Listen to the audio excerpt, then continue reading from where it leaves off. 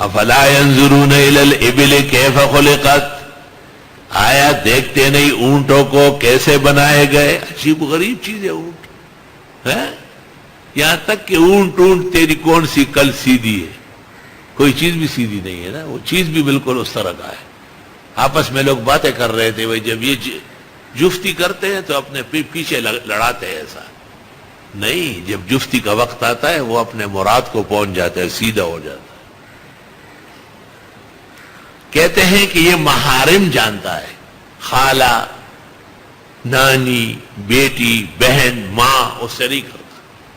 اگر کسی نے کرا دیا غلطی سے تو اس آدمی کو مارے گا یا غم سے مرے گا، اور دشمنی بھولتا نہیں، بہت دیر تک یاد رکھتا ہے۔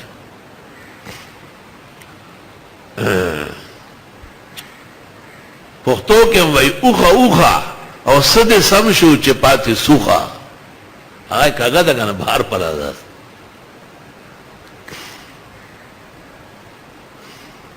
اور دیکھتے نہیں آسمان کو کیسے اٹھایا گیا۔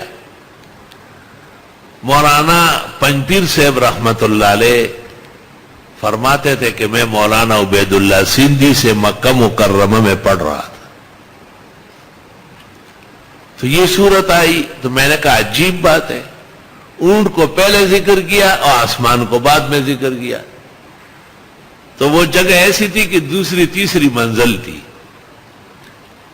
تو نیچے اونٹ چر رہے تھے۔ مولانا نے کہا کہ اونٹ تو یہ چر رہے، آسمان کہاں ہے؟ تو چھت کے نیچے تو آسمان نہیں ہے نا۔ میں نے کہا جی باہر، کہا دیکھو نا باہر نکلنا ہے تو دوسرا درجہ ٹھیک ہے نا اس کو۔ ایسے ہی سمجھانے کے ماہر تھے۔ یوں خدا نے مخامخ دینا آسمان دے کم دے جی چھ باروز خدا کا مطلب شو کنا چھ بے ذکر کا۔